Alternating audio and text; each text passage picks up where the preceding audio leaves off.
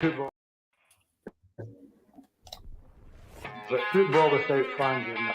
You play a football match without fans, you've got nothing. It can be the greatest game in the world. If there are no people there to watch, it becomes nothing.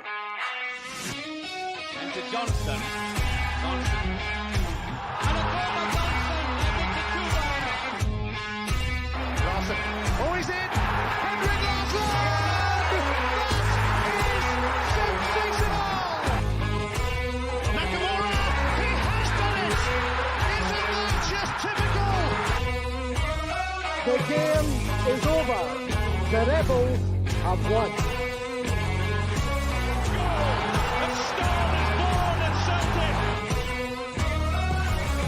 Champions, that's who we are.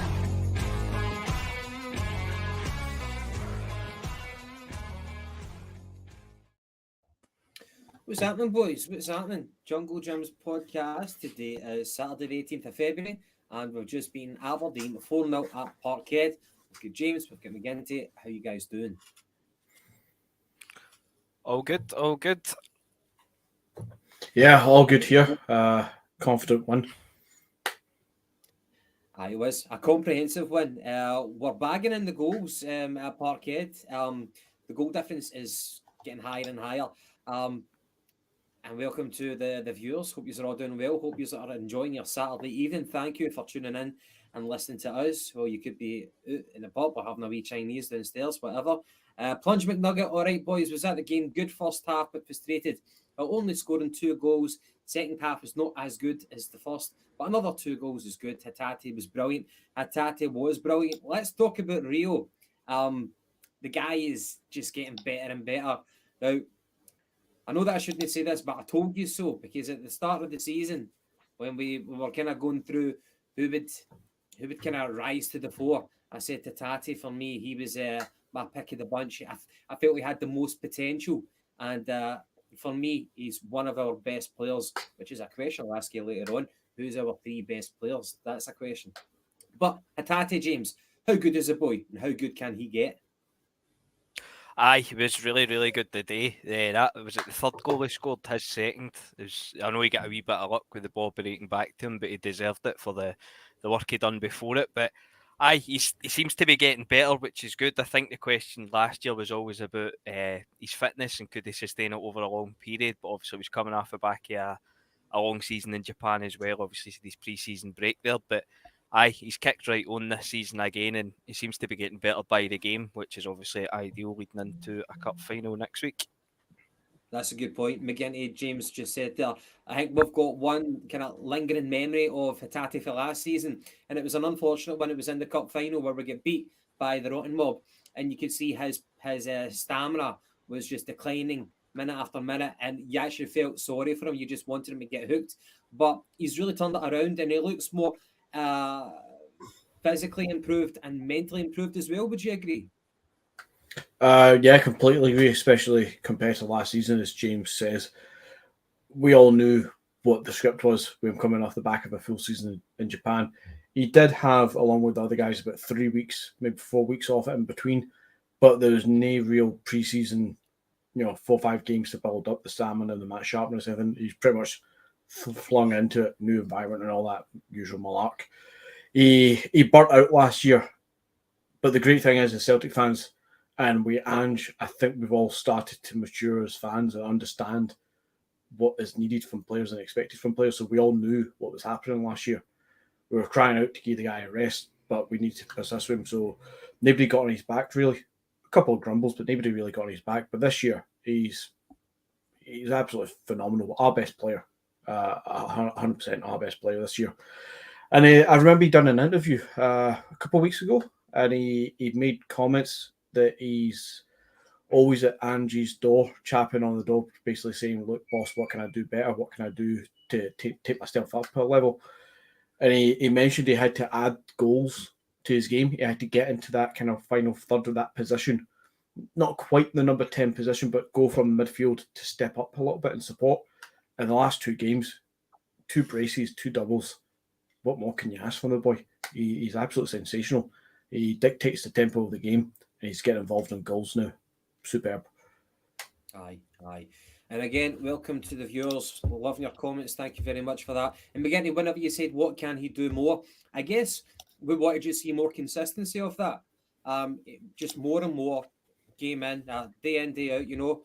And it's actually worth pointing out that in Japan, he was actually playing football at his university, so he never turned professional until his, I don't know, was it like 20, 21, 22, maybe? I think maybe in his 20, yeah. He's later into his 21, 22, 23 even. He's playing university football, so he's, what do you have, 1.5 seasons before, 2 seasons before he came here? So he's not played a lot of football at a professional level, I mean. Whenever you track his progress, it's compared to like his peers in Scotland, it's a totally different background, you know, where he put his education presumably as the main priority, and football perhaps came second, but he's doing fantastically, and of course I deserved man of the match for today. Going into the game, the last time we played Aberdeen, I'd actually talked up how good their form was, particularly at Pittodrie, and how things have changed for the fortunes of Aberdeen. And it was a new face in the dugout, but a familiar face, Barry Robson. A bit of a funny character, him. I don't know how he'll turn out as a manager, albeit he's still the caretaker right now. He'll have to do more than what they did today to earn the Spurs to actually get the manager's job full time. But going into the game, we've got a slight change in the lineup here. So in the defence, there was no surprises. You had Joe Hart, Taylor, Starfelt, Cameron Carter-Vickers, and Alistair Johnson. However, in the midfield, there was a surprise today with Aaron Moy not being in the squad at all. And I think it was explained by Ange that Moy had a niggle. So he was taken out the squad entirely. So again, we're probably going to be looking for reassurance from Ange that he will be fit for the cup final next weekend. But in his place stepped the able deputy O'Reilly. McGinty, how do you think O'Reilly acquitted himself today? Fair. He never done anything spectacular. Hatate takes the kind of man of the match performance from the midfield for sure. Even Cal McGregor. They all done what was needed today. The overall performance of the entire team was pretty much a job done kind of thing. But I don't think O'Reilly specifically, I don't think he let himself down. I just don't think he done anything massively to kind of say, look, boss, I should start again next week. I should start ahead of Aaron Moy. What we did notice probably the difference this week compared to the last game is you can't play two slow midfielders, such as Turnbull and Moy and O'Reilly. Now, O'Reilly, I think he's got fantastic footwork, but he's not exactly blessed with pace either. It has to be, for me, Hatate and McGregor in that midfield, be one of the other selection of the trio of midfielders who are absolutely all fantastic on their day. But O'Reilly, he done enough. He saw the game. The entire team was much the same, really, wasn't it? They saw the game. They done what they needed to do. 3 points, 4 goals, and on to the next one. And the other change in the lineup, so of course we had Maida and Jota on the flanks. Kyogo, though, after a little injury scare, he was put onto the bench, and got his start.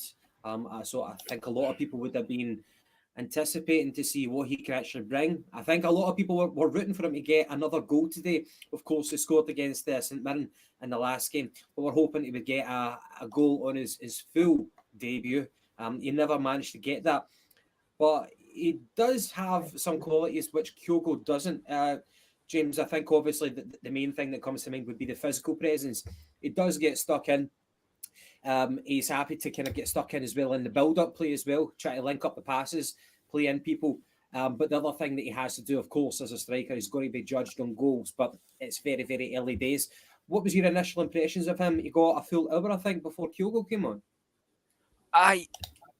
The day especially, I thought he was very, very similar to kind of Giakoumakis in his early days, where it was a bit kind of bull in a china shop kind of stuff. He put his cell about well. It was. I thought you were going to say that exact phrase, bull in a china shop. He was like barging into people. He was winning the ball back, but it was him. It was getting the ball away before they won it back. So I like to look at him. I don't think he was good today. I don't think he was all right today, but it wasn't great. But previously, in his kind of cameos when he's come off the bench, I think he's looked better. But I'm not going to get too much on his back today. But but no, it was all right. Bit kind of bull in the china shop, but obviously we've seen Giakoumakis come good for that. So fingers crossed. The one thing that we'll definitely have to do to emulate the goals that Kyogo scores is the majority of our set-up play is coming from the flanks, those cutbacks, those balls into the box, and he needs to be that kind of Johnny on the spot. He needs to evade his markers at the right moment to get those balls for those first-time finishes, which Kyogo is very, very good at. That's one thing that you'll have to adapt that because that's the main part of our play.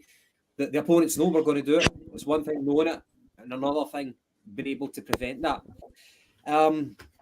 The game itself, but McGinty, was the outcome ever really in doubt? It was like 2-0 at half time, 4-0 at full time. The game kind of ebbed and flowed at times. Like at one moment you could think there's nothing happening, and then we can spring into life. It wasn't like non-stop entertainment from start to finish. The goals were great, but was the outcome ever really in doubt whenever we're playing at home now? Nah, not really. I said a couple of months ago that we desperately need 2 early goals to kill a game off, so that we're not sitting there thinking, "Oh Christ, what's going to happen next? Is VAR going to screw us over?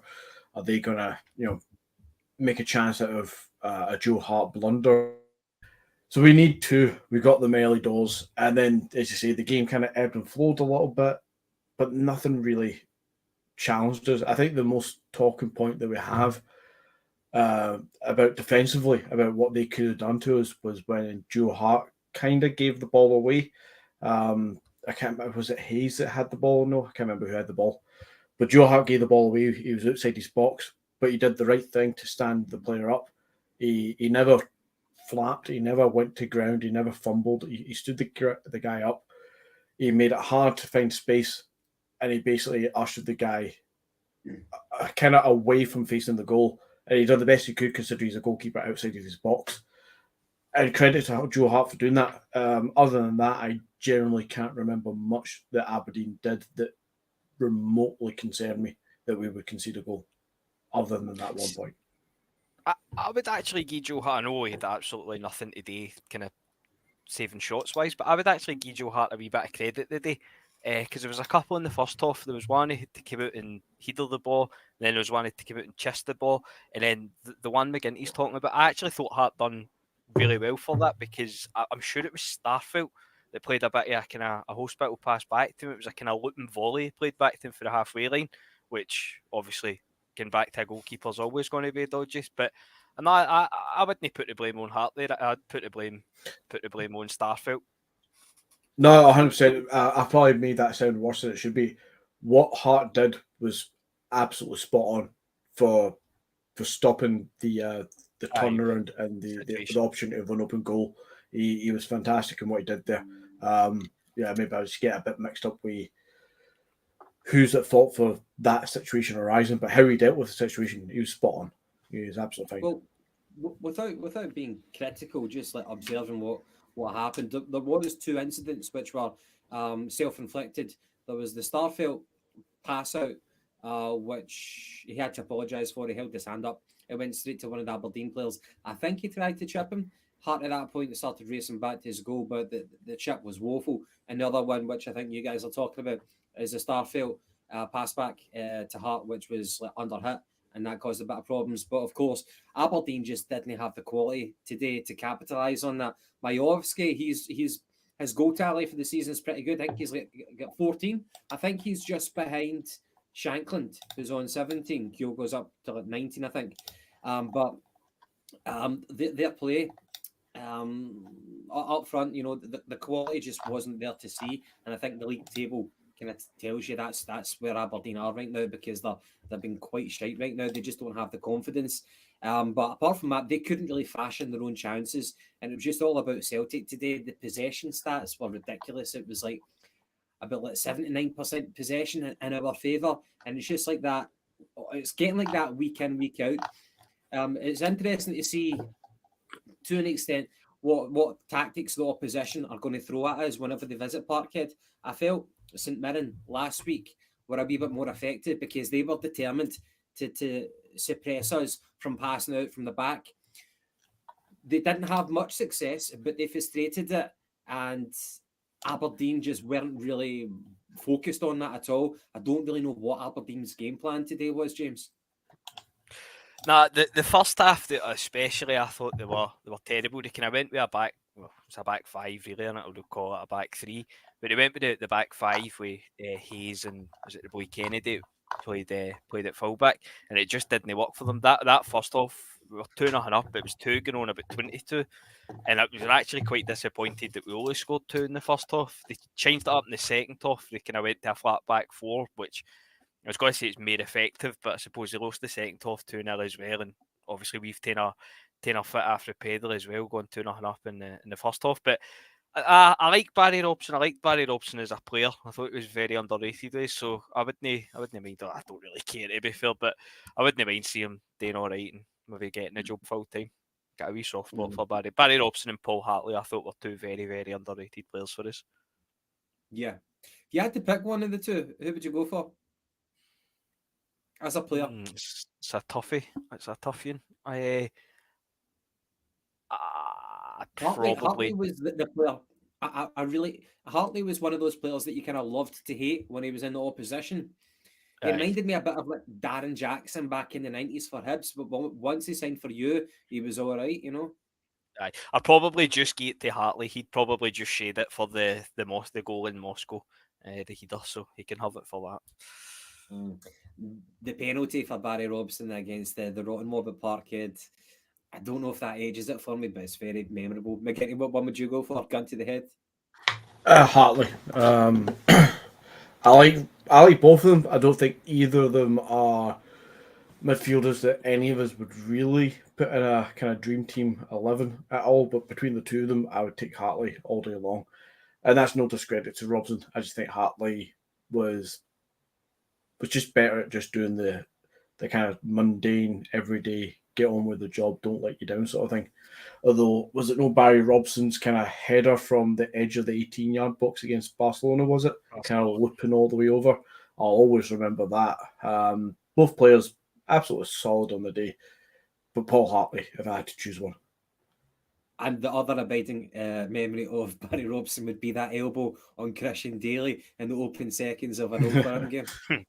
That as well, we can have him for that. Without digressing too much, guys, we'll talk about the goals. Before we get to the goals, I want to ask you about the penalty incident. I was at the game. I've not seen it back. We were quite mystified, but what seemed to happen was there was an incident in the box. Colum blew the whistle. It took us a while to realise that he was blowing for a penalty. We were quite bewildered, but then a VAR check went for the penalty, but then the VAR check transformed into an offside check, and it was given offside. Can anyone explain to me what was going on, what Colum was thinking? Was there a foul? No foul. The fact that they even attempted to blow that for a foul of any kind is actually quite baffling. The only explanation I can come up with is that they've given so many soft penalties and dubious penalties over the last few weeks that they've now got themselves all caught up in a tivy and a confusion that they don't actually know what foul is anymore. What happened was the shot's been taken, it's fallen out towards the side of the 18-yard box. Hayes is kind of somewhat in control of the ball. Maeda runs around from the back, around the outside of him, tries to dick in. He's turning twice round. Maeda loses his own balance under the strength of Hayes, who does not put a foul in whatsoever. And Maeda tumbles to the ground. That's it. It's not a foul. It's not a penalty. It's not a foul. It's not even a foul that happens in the middle of the park. It's a non-event.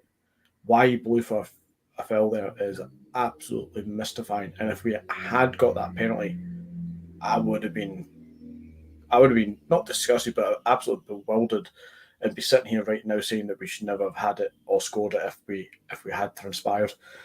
But VAR comes in and VAR cancels it because there was technically an offside earlier from it, which actually tells you something more about VAR, that they use it more to try and find a way to chalk things off than actually award things. Can I ask this to both of you? What would you rather? Now, obviously, Colin got it wrong, and admittedly, he might look a bit silly, judging by the way that you've explained it, McGinty. What would you rather, though? A referee being assertive, even if what happened is not what he really saw, but would you rather a referee to be assertive and blow for a foul, and then VAR can show him up for being an absolute fool? Or would you rather the referee shite it and just wait until play stops and then VAR can rectify his error, but he doesn't look so bad there? What would you kind of edge towards for that?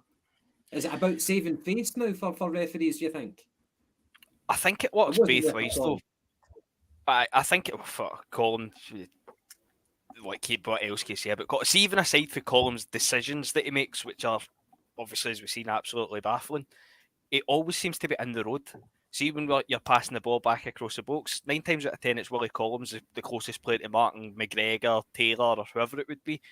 But in terms of what you're saying about VAR, I don't know, because you do see it both ways. Sometimes it feels as if they let a lot more go because they know it's in the back of their head that VAR can check it. And then, as you say, if they give it and VAR overrules it, then they're kind of essentially embarrassing themselves. But I don't know. I just don't like VAR. I would just get rid of VAR altogether or change it, as I've said 100 times, so that we can hear what they're saying. But the VAR, unless it's absolutely blatant, the VAR just kind of tends to agree. It's like the referees they've got on BT during the games that come on whilst it's a VAR check, and they just always agree with what the referee's done. So it's a bit like that up here, but I don't know. I would just get rid of VAR as it stands now, to be honest with you. It's like linesman as well. I'm going to get a rant about VAR. It's been done 100 times. You want to get rid of linesman?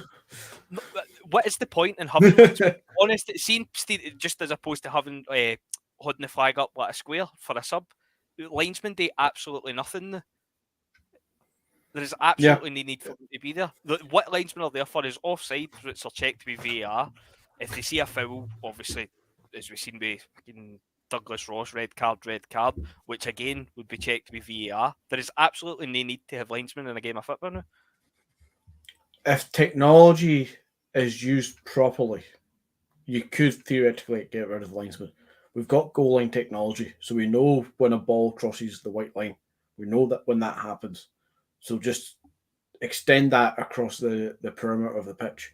So for any throw-ins, whatever you have to check, it's automatically awarded. You don't need a linesman to hold up his flag. For fouls and offsides, again, Hawkeye, VAR, 5-way technology cameras, whatever guff you want to call it can detect when it's actually offside. But see, even if it's not and you can't blatantly tell, let the play move on, score the goal, call it back for VAR. It should check it. It should be fine. You theoretically could if the technology is used properly. The problem we have here is much like the English have down south. The tech's fine. It's the man's using it that are absolutely chaotic and useless. I found for years that in the English setup, they seemed so adamant to not want to accept VAR because they weren't the first ones to bring it in, that they were adamant on making it as awkward as possible so that it seems like it's a defunct and useless tool. When if you go into Italy or Spain or into the Champions League, into the World Cup, into UEFA Cup finals and all this, it works almost flawlessly. There's some teething issues, of course, but it works magically fine in all these other competitions, but not in the EPL and now not in the Scottish League because who do we have running it? Personally, I felt in the World Cup, Argentina were given far too many penalties, but that's a discussion for another day. Keeping on topic to what you guys are discussing in England in the last day or so, there was a bit of controversy from the last batch of fixtures, but there was quite a few errors. And in the Arsenal game, they dropped points against Brentford, and the Brentford goal should have been offside. And the VAR official for that was Lee Mason, and he has now chucked it. He's only 50 years old, so presumably he still had many years left as an official in some capacity. But he's resigned from his post after that high-profile error. Do you think that could ever take place in Scotland, or do you think that? They'd be asking us to referee the games if that was the case. You'd run out of referees. Do you think we have the same characters who would hold their hands up and just say, well, a high-profile error, maybe I'm not good enough for this? But then... No, because it's an old boys act, the referee situation up here. Tinfoil hats on, people call me this, that, and the next thing they watch into these podcasts. But we all know fine well where the vast majority of the referees come from in this league. And we all know fine well that they are all part-time referees. They have full-time jobs elsewhere. They don't rely on this as the actual source of income or their job. So if they fuck it up, they fuck it up. The brothers in the organisation that they partake in are going to make sure that they get the next job. You can pick and choose what organisation that may or may not be. They're not going to lose out, and they aren't. One of the things that I remember seeing is about 10 years ago now, so it is a bit dated, but they actually set all the SFA refs about 10 years ago a kind of mock exam. But see, because they're not professionals, it couldn't be like a real test exam that you must pass this to be able to go on to, continue your refereeing. It was basically a mock exam. I think it was 80% or something ridiculous, if not all of them, had all failed the test, which was basically the rules of the game and how you would apply the rules into a match. They failed it. And the response was, well. And 10 years later, the vast majority of those referees and linesmen are still in the game today. So, they can't even pass a test and they can't even take it seriously enough. They just shrug their shoulders and laugh it off as, that's Scottish football. What I will say...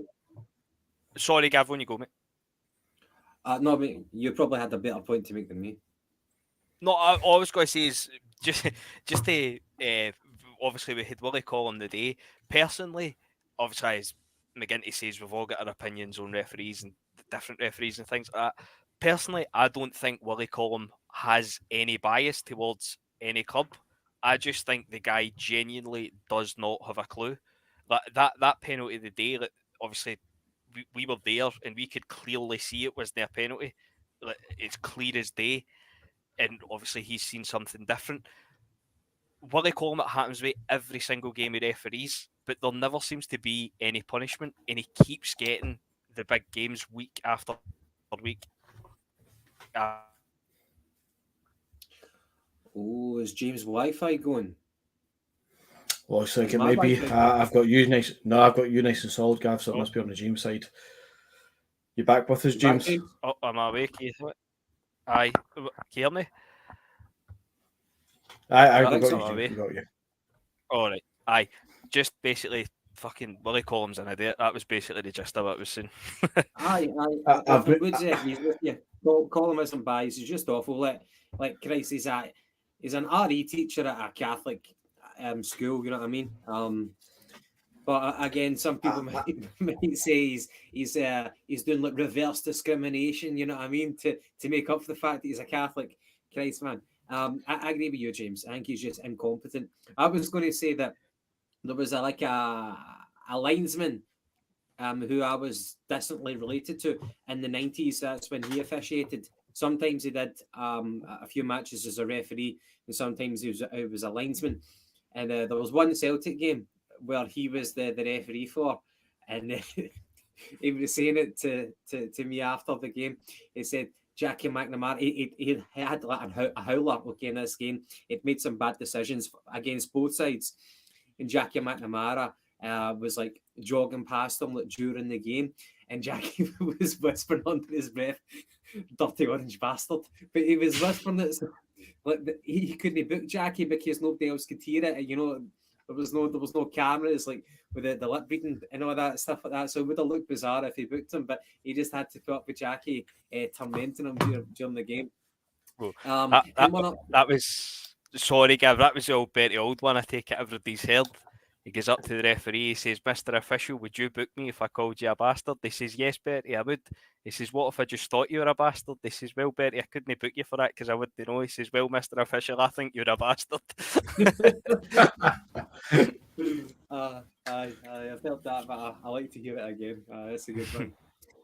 For Joseph Agnew, boys in rugby, the referee talks all through the game and all the fans included here. What's going on? Also, a line across the park from the 6-yard box, the touch line. No offside. Outside this, no offside. What good? I was watching the Super Bowl, by the way. I fell asleep in the third quarter, but see how transparent the referees are for that. So mic'd up. You can't get any more transparent than that. There's a lot of things about American sports which I do not want to see in our game, but that's something that we could aspire to. Anyway, guys, shall we get to the goals? The actual the main part of the game. So as we know, we opened the scoring within 2 minutes, and it was Captain Fantastic, Cal Mack. I wonder how many goals he's got this season. I think he's got, I don't know, maybe 3 perhaps. I would like to know. But Cal Mack, it was 2 minutes in, and Taylor swings in across from the left. It was going to Jota, but the Aberdeen defender managed to outjump him, but it was a poor header and headed down into the danger area, and McGregor was intelligently placed just outside the box, and he runs in to meet it. He hits it first time and he rifles it past the keeper. James, 2 minutes in, I know that we're all patient enough at Parkhead. We know we're going to win, but 2 minutes in, that's pretty good going. It calms any nerves that even some people might feel obliged to feel nerves at Parkhead. I don't think you should, but a great goal from your captain, and what a way to start the game off.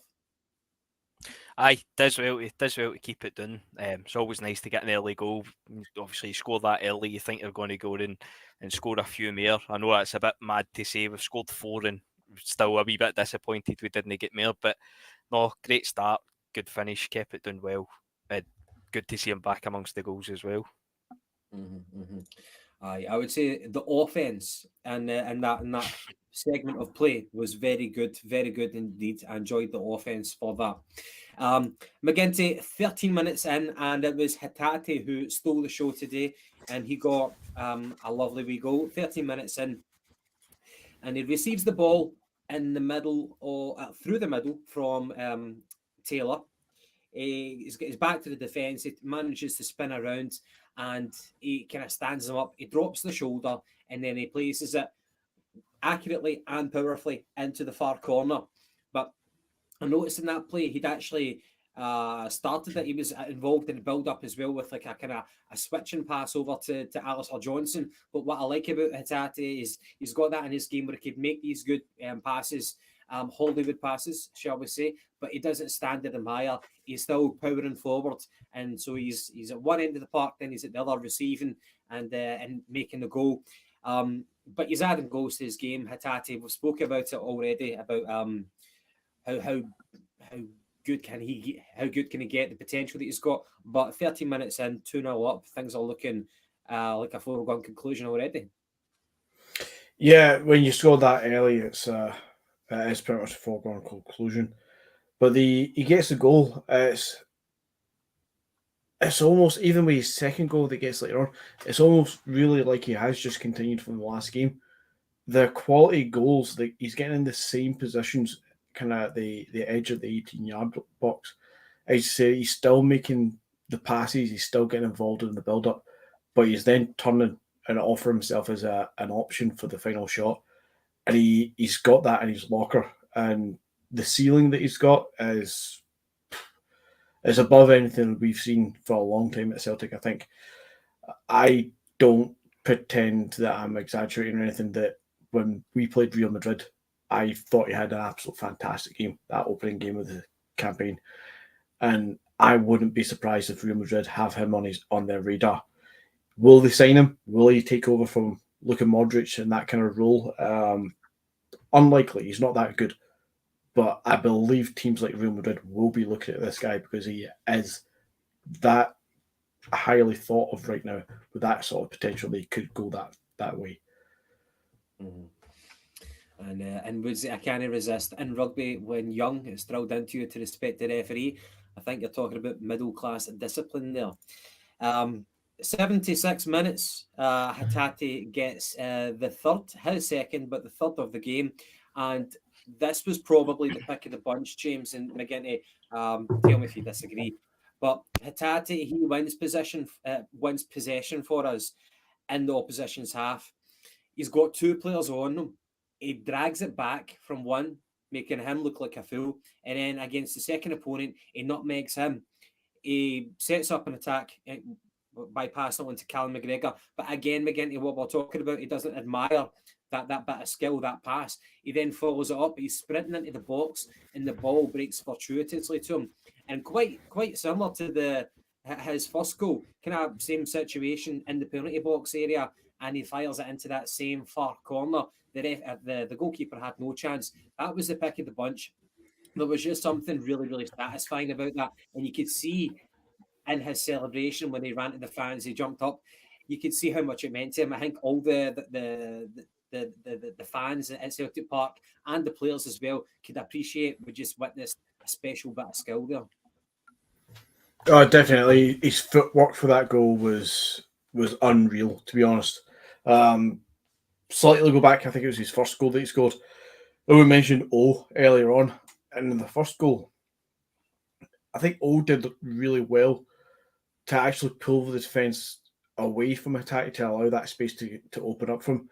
But in his second goal, his footwork created the space for him, and he's managed to get the shot off again, and he's going to get infamous for that kind of shot from that sort of distance. Not quite long range, but by no means a kind of poacher's goal. But again, go back to what I've said already a few times this podcast. He's adding that to his game. He's not making the Hollywood passage, you've called it, and thinking, yay, I did my part. He's following it up by then presenting himself as the next option. And he's getting in that position that the number 10 would get in. And he's an absolute fantastic player. Absolutely.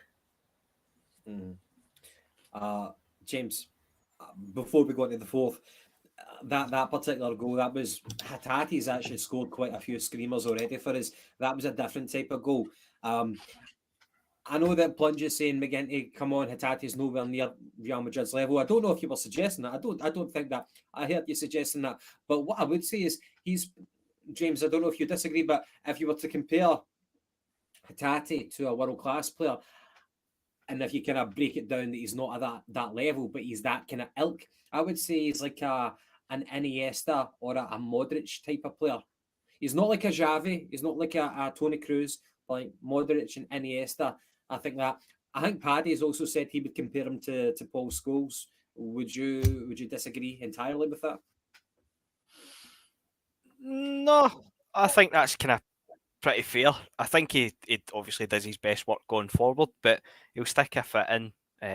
Obviously defensively as well, Gav. He'll stick a fit in, but I think that's. I was going to say it's a fair comparison, but it's not really a comparison. But in terms of style of play, then I would agree with that. He does both sides of the game fairly well. Obviously, as I say, I do think he's better driving forward, but I'd say they're pretty fair comparisons. I probably go. I think Paul Scholes might be the kind of the best shout. Modric maybe a wee bit kind of slower sitting back, but I think the Scholes shout could be as decent. Cool. I've got a couple more questions for you regarding player performances that I want to touch on. People like Alistair Johnson, Jota, so on and so forth. But we'll get to that after the final goal. I was at 89th minute, and of course, on the hour mark, as we always seem to do, we make our after changes. Abada did come on latterly, and Abada gets another goal. The guy has actually got, we always say, we said that last season, we'll say it again this season, the guy has got good statistics, despite the fact that he doesn't start very often. But it was Hacksaw on the left-hand side of the box, doing his stereotypical kind of jinking inside and outside. He chops it back, and he drills in like a low, powerful pass to Abada. And Abada is in the perfect position, as we know. He goes into that. He's very, very good at that.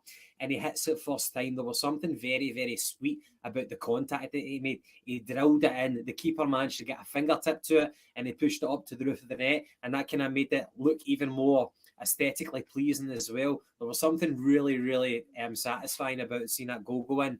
And Abada was obviously chuffed to bits whenever he scored that. James, did you get a decent view of that from where you were sitting in the ground? Aye, it was a good finish. He done well to keep it down. Haksabanovic as well. I thought the Hacksaw looked sharp when he came on, but he must be due a start soon as well, because he's looked good. I know he's not really scored, but he's looked good in the kind of 10-15 minutes here and there he's been getting. Jota seems to have, I don't know if it says when off the boil, but there seems to be no in between with Jota. No even game to game. It seems to be kind of minute to minute. There seems to be no in between with him. So I would still start Jota next week, but in the league I think Haksabanovic must be due a start. And obviously, as we're saying with Abada, I know Abada seems to get a bit of stick on here. I like Abada. I know Abada seems to get a bit of stick off Paddy, but I like Abada. I like Abada. I think he's a good player to have. His numbers back up. I know we've spoke about him not being a winger. He should play through the middle. This, that, the next thing. But I mean, he's playing in the wing, and for his age, his numbers are brilliant for the game time he's getting. So no complaints from me in that front. That kind of makes me want to ask two questions. One about the former Jota, but McGinney, we'll kind of start with Abada. Is there any potential parallels between him and his future with Celtic and what happened with Giakoumakis? Giakoumakis scored a barrel load of goals for Celtic. He didn't start very often, and for one reason or another, he left. One reason, of course, was he wanted more game time. Now, Abada's at that age, albeit a winger, you need to take into account with a winger at that age, the form can go up and down. Sometimes they can look like a world beater, and the next week they can look like they're from like the amateur league.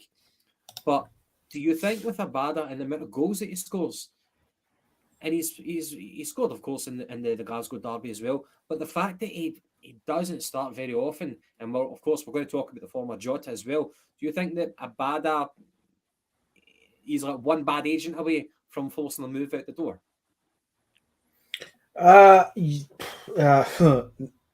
No was my answer until you throw in that last couple of words there.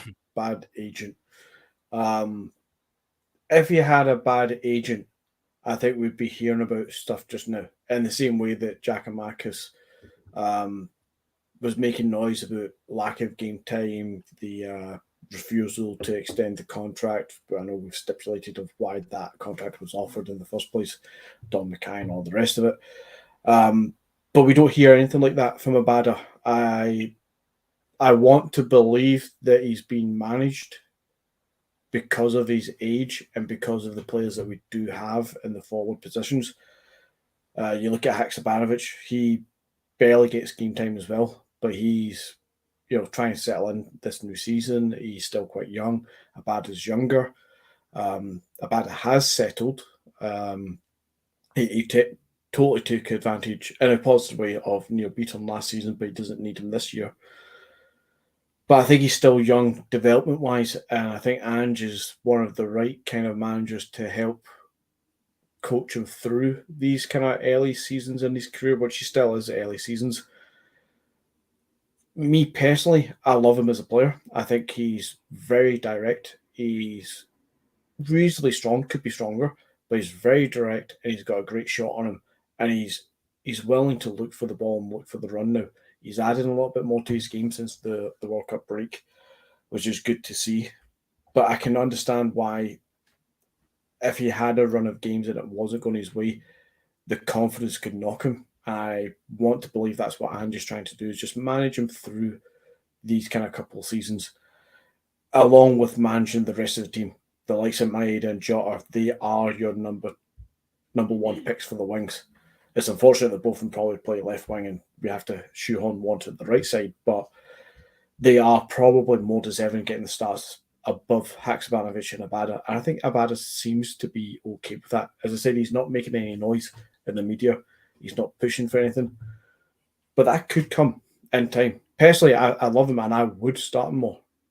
And it would be for Maeda personally. But that's no slight on Maeda these days because Maeda he's came on leaps and bounds since the World Cup as well. I know I've kind of been harsh on him previously, but he is a great player.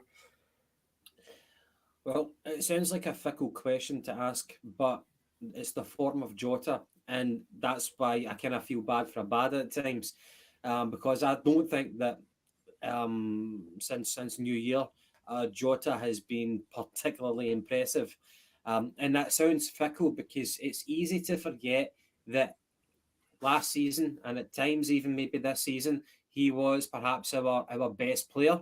You know, it was either him or Kyogo, who's the fan favourite. Jota at one point, you know, he was almost kind of caviar type football that he was playing. He's not replicating that form right now.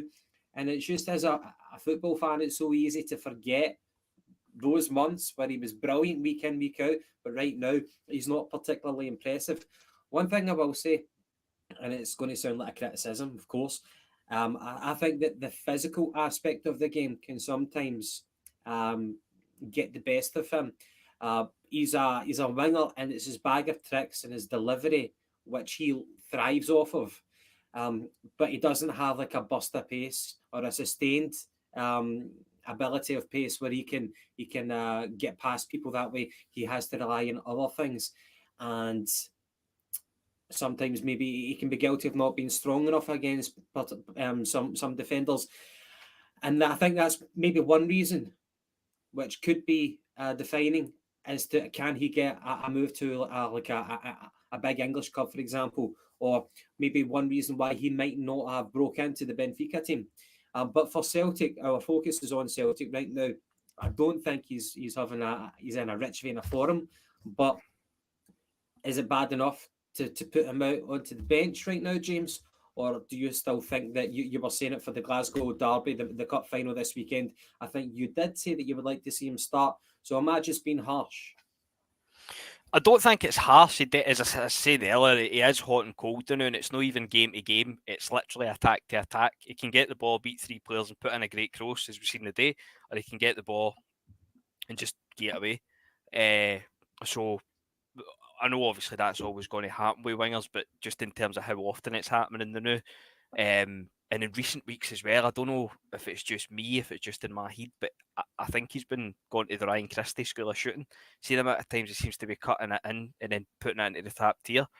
It seems to be, I know he's scored a few crackers this season, but it seems to be happening a wee bit more regularly where he's cutting in, and it doesn't feel as if there's any kind of thought in it at all, other than I'm going to hit this as hard as I can.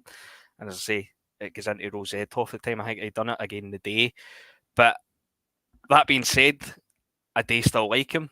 I do still think he's our best winger, and I would still keep him in the team for next week. So maybe a wee bit of a contradiction.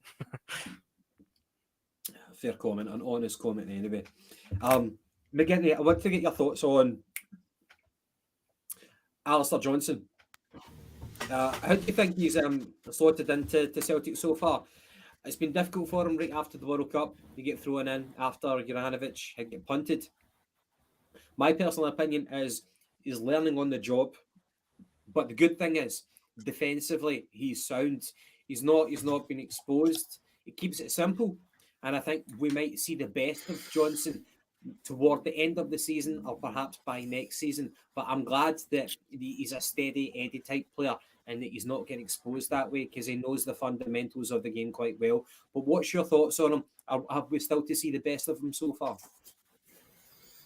I think, like most players, he'll grow and develop, especially for his age. He'll grow and develop as his time at Celtic goes on. But I think he's doing absolutely fine. He's came in, he's really not done too much wrong. There's a moment today where he was tracking back from being kind of in an offensive position, so he came back to the defensive position on the halfway line, on the centre line. And he put in some good kind of pressing to challenge the player and to win back possession for his teammates before then moving forward with the offensive attack on the from the middle third to the final third. Sorry, I don't know where I'm going with half that now. I'm just fucking rambling shit. But no, there's moments when Alistair Johnson defensively, you've kind of wondered, has he got it? And he's opening a few games at Celtic, and I think today there was a couple of moments where he showed he does. He can read the game reasonably well. He can track back. He can also try and attack a wee bit as well. He's by no means outstanding at any certain position. We've yet to see that, and I think that may come. But overall, as a right back option, we have had some hope-ing right back options, and Alistair Johnson's not one of them. We've had some fantastic ones as well, who gave us some great times. And time will tell if Alistair Johnson can develop into that. But right now, he's a starting right back for me, and rightly so. Aye, and it is forever another Celtic.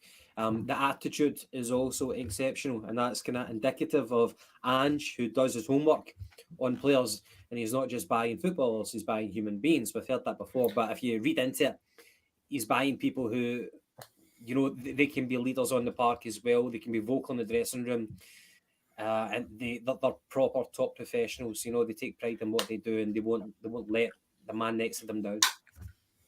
Look at how he coped with his first couple of interviews after signing for us and after the first game. He talks well. He knows what he's talking about. He's no mug, and he can see what's what in this league already from day one. He already figured it all out. He's got the right attitude and right mentality as a Celtic fan that we would like in a Celtic player. And I think he'll carry that into next week's game. I think he'll absolutely love next week's game, like most of the players will. And I think he might thrive in it. He just needs to make sure he doesn't lose his head. I don't think he's culpable of losing his head, but he just needs to make sure the moment doesn't get about him. But I think he'll thrive. He's definitely. I was just got to say there, he does seem to have a bit about him, a kind of bit of dig. He's no shy, which obviously will always endear him to ourselves. I think he's been excellent. I don't think he's had a bad game for us, and I think I've said on here before. I think the biggest compliment you can pay him is that Juranovic is at the door, and he's come in, and I have never thought, I wish Juranovic was still here in there, and I think that's probably the biggest compliment you can give him. That's a high praise, and you're right, mate. You're right. I couldn't disagree with that. A wee interesting comment there for Stephen Kelly. He said, our waste at corners is surely worrying, and mostly open play goals we get. There was a period, was it at the start of this season maybe, where we scored a couple of goals. I think Stephen Welsh might have got one of our opening goals of the season, maybe against Aberdeen. It was Aberdeen, aye. From a corner. But yeah, could be right. Are we making enough? I think, is it Gavin Strachan who takes blame for the set pieces or gets the praise, depending on the outcome of them? Maybe we could be more effective. I think there's a stat that's going about. I don't know how much stock you can put in it. The stat that I read was 40% of goals in football are derived from set pieces. Certainly, we could probably score more from corner kicks. But would we be changing anything fundamentally, tactically, to kind of capitalise more on that? Because I think every corner we always stick up Cameron Carter-Vickers and Starfelt, and the people who hang back are the pacey people who are there to prevent a breakaway, a counter attack. McGinty, is there anything more that we could do you think, for corner kicks? Yeah, we could score more goals. It's been a thing with Celtic for years.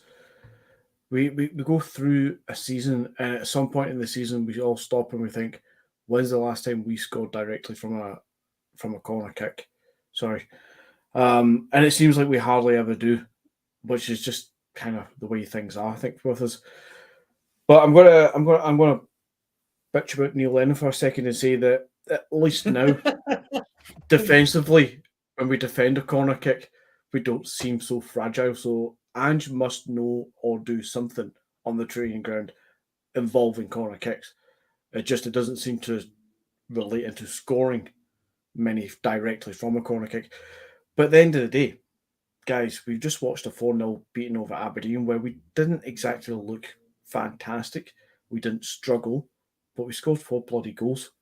Do we need to score goals from corner kicks all the time? No, really. We scored plenty elsewhere. I would agree that we didn't have to get out of like third gear today, you know. Do you think, James, that's the set piece to one side? Do you think that sometimes we kind of up our game against the quality of our opponent at Parkhead? I don't think Aberdeen are any kind of. I know historically, obviously, maybe a difficult game, Aberdeen, but this season I think they've been absolutely hoaching. I think that showed in the first half. As much as we were good and we looked comfortable, Aberdeen, I don't think, strung 2 passes together. Second half, as I say, obviously that changed and we were 2-0 up, so the game was pretty much dead and buried. But I thought we were all right today. I think we should have scored more. I think we could have scored more with the amount of kind of balls that seemed to get flashed right across the face of the goal. Maybe if Kyogo's there, as I've said umpteen times on here, that seems to be the goal that we score every week, the cut back into the box. We didn't get that today, did we? No, we didn't. Obviously, Kyogo no playing plays a massive part in that, as we've seen with Kyogo and Giakoumakis.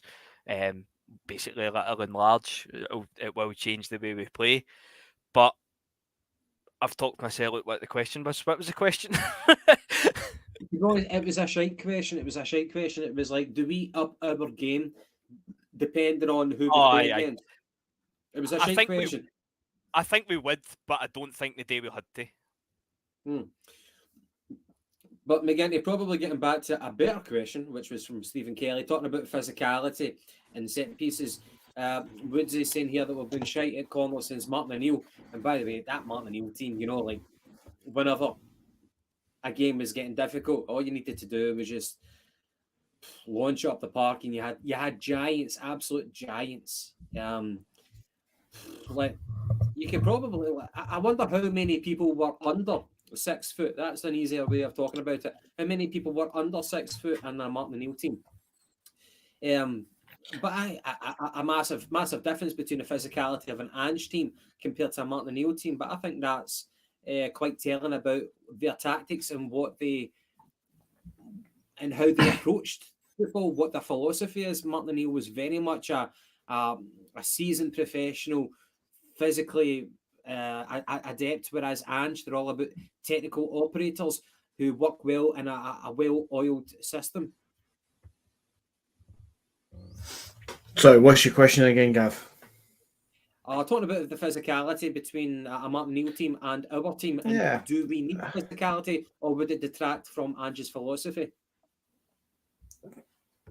Yeah, it would detract. I think we discussed this with the defensive midfield option that we've attempted to try and get over the last kind of 18 months to 2 years now. We know Ange doesn't play with a defensive midfield as we would have traditionally known it, the kind of water carrier, kind of holding midfielder sort of player. He doesn't go for that kind of brute strength. Let's just force our way through. He goes for fast, intricate passing, skillful football, technically good football.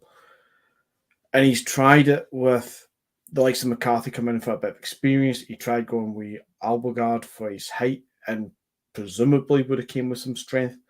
He's now went with Iwata, who we don't talk about much on here because we've not seen enough yet, but he doesn't seem to be a player who's not going to make it. He just seems like a player who's just not going to get a chance just yet.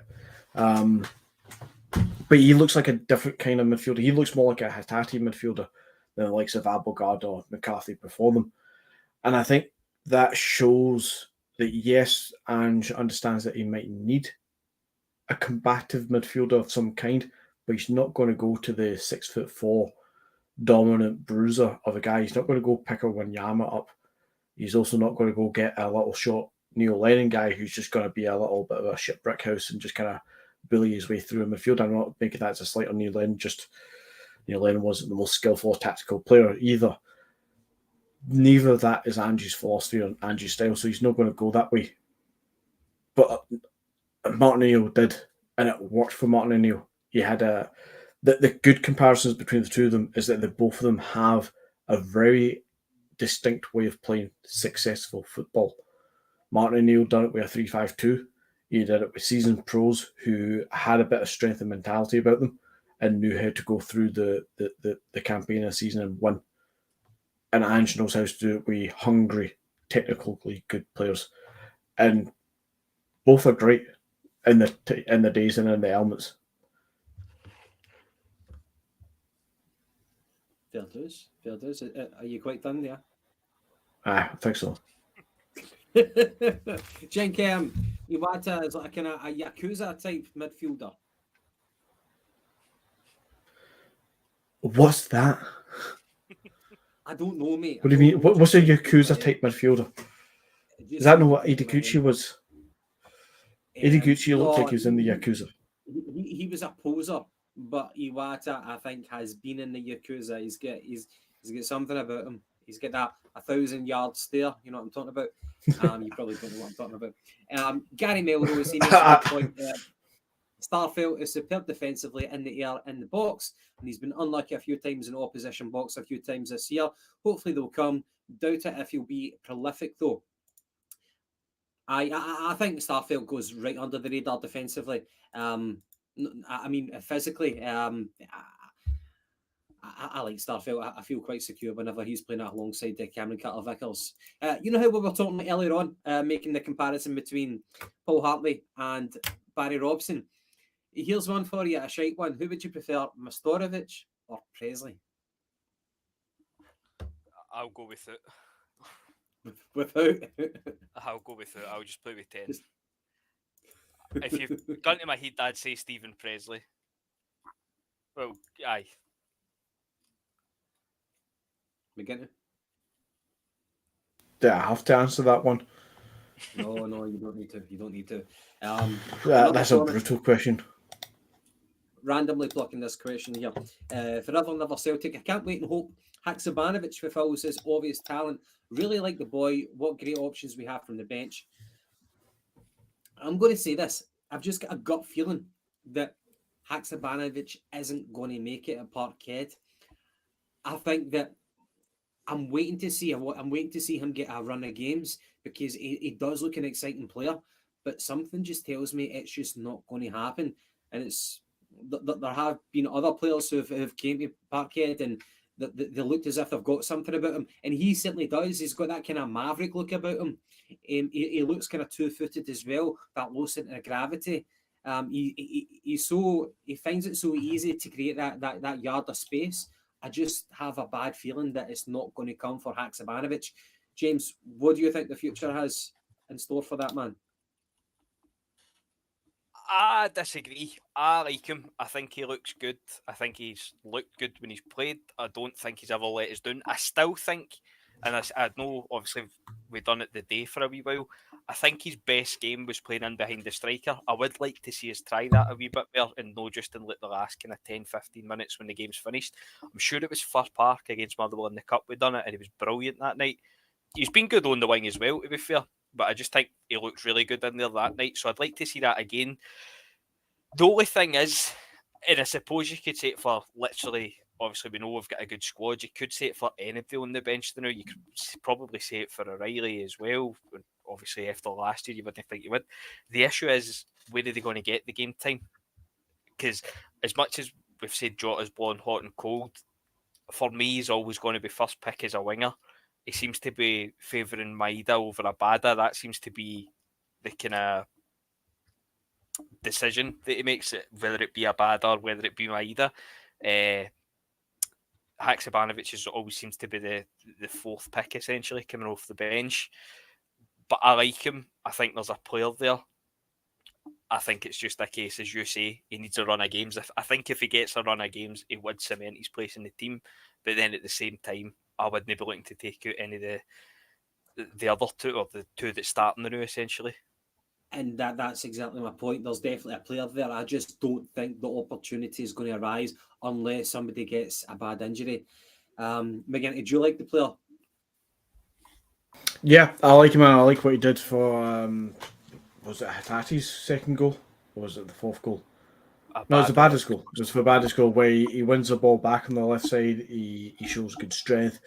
He knows to turn and face the direction he's going in as a winger. I mean, by he's not just going down the wing and hope to cross volley. He's happy to turn and come in and face the player up, and he can beat a player. I think there's a player there worth giving game time to, much like Abada, although I think Abada's much further ahead of him. I think they're both great players. They both have to be managed and coached, but I think both of them have everything in the locker to be starting players for Celtic in the very near future. I like to imagine that we have two teams, two 11s plus a couple of extra players and make a 25-man squad sort of thing, 2 players for each position. To be honest, if you have Jot on the left with Haksabanovic playing backup rotation and somebody like Forrest on the right with Abada, I'd be more than happy. But the problem is we also have Maeda. So that puts Abada and Haksabanovic kind of down the pecking order quite a bit because Ange is not going to drop Jota or Maeda for kind of development game time and just kind of flinging some minutes to the young guys. He will give minutes to the younger guys and the guys who are on the fringes once we have 2 or 3 goals. He's not going to do it at the start of the game. We saw that with the real youngsters like the 18, 17-year-olds in Rocco Vata and stuff. They'll get game time when the game's done or when we know we're not going to be hurt by them making a fuck up. As young players will always make a fuck up at some point. If that makes sense. Yeah. Aye, mate. By the way, forever never Celtic and Gary Melrose tonight. I think both you guys are on point. Another good point there for Gary Melrose. Haxa and Jota, they're high on technique, short on speeds. However, Abada and Maeda are short on technique, but high on speed. And apart from Maeda, neither are particularly strong, which is a worry in Europe. Can't really disagree with you in that. And the other thing from for Forever Never Celtic, he kind of replies back to say, horses for courses. Each of the ones who played in Europe are adding to their game. In my opinion, whether it's enough for the very top of European football, I think we'd all probably agree it's not good enough for the very top of European football, but we're at a stage, a development stage, we're getting better and better. It's good that we've got options, but that's 4 wingers that we've discussed there. And I think we've not even talked about James Forrest. And if you think about for next season, Rudy Vata, somebody is going to be blocking his progress. Rocco, sorry, mate. I Rocco Vata. We want to see him get more game time next season. And I think James Forrest, he's the 5th choice at the moment. We'd probably all agree on that. Somebody has to go. Because we're going to be stifling the progress of Rocco Vata. And if that is the case, then he's going to have to go out and loan somewhere. And is that us really nurturing the talent that Rocco Vata evidently has? So that's a big question for you. I've said on here before umpteen times, I would be looking to loan these players out. Like you're saying, the players are getting, obviously I know they're in the lower league playing, but when they're coming into the first team, they're getting 20 minutes maximum at the end when the game's dead and buried. Is that really helping them? And I know if they stay in the B team, they're learning, but like we play the same style with the fullbacks coming in. I know it's ground that we've covered before, but for me, they should be going out on loan, getting first team football, getting the feel, if it's the Premier League, the Championship, if they need to go down south, whatever. And I've said before, history shows you, well, for me at least, that the loan market for young players is useful. We've seen it with McGregor. Ralston, maybe slightly different, but still went out on loan. The only one that you could probably say in recent times, and correct me if I'm wrong, that never went out on loan and literally just came in straight into the first team and kicked on for there is James Forrest. And just on James Forrest, at the game today, when James Forrest came on, there was people that we went, James Forrest, I forgot all about him, which is absolutely mental to think after him being here for 12 years or whatever it's been. But aye, as Gary says there, no reserve league has absolutely killed our youth team. Rocco Vata looks promising. Boston Lawal looks promising. Ben Summers looks promising. But if they are going to make that next step, then I would be looking to loan all three of them, or basically any youth player that shows good potential to get into the first team. I'd be looking to get them out on loan, as I say, be it Premier League, Championship, down south. Just get them out on loan into a better quality league where they'll be playing, basically just playing games that actually matter, as opposed to a wee 10-15 minutes here and there when it's essentially a training session. Aye. And for Mikey Johnson, James, I agree with what you're saying. For Mikey Johnson, I would like to be a fly in the wall whenever he has a conversation with Postecoglou at the end of the season, whenever they discuss how beneficial this season was for him being out on loan in Portugal. Whether or not he's good enough for Celtic, that's another matter. I think a lot of people have made up their mind that he's not good enough for Celtic, but I would like to find out from him how beneficial he felt it was to go out on loan, to ply his trade in another league and just to express himself. I don't think you can probably overstate how beneficial that can be to a player at his age. He's probably not had that opportunity at Celtic. No, 100%. I don't like Mikey Johnson. Well, I think you'd be hard pressed to find anyone that rates Mikey Johnson. I don't rate Mikey Johnson. I think if he must be due a testimonial, the amount of time he's been here and people's been speaking about him. I don't think he's ever actually kicked on. But then at the same time, if you asked me 2 years ago, I would have said the exact same thing about Tony Ralston. So it could go either way. But for me, Mikey Johnson would be out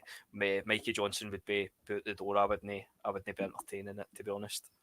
Mm-hmm. Right, guys, we've been through a lot. We're over an hour. We're getting one final quick question to yourself, and we'll wrap it up tonight, and we can all go off and get some dinner.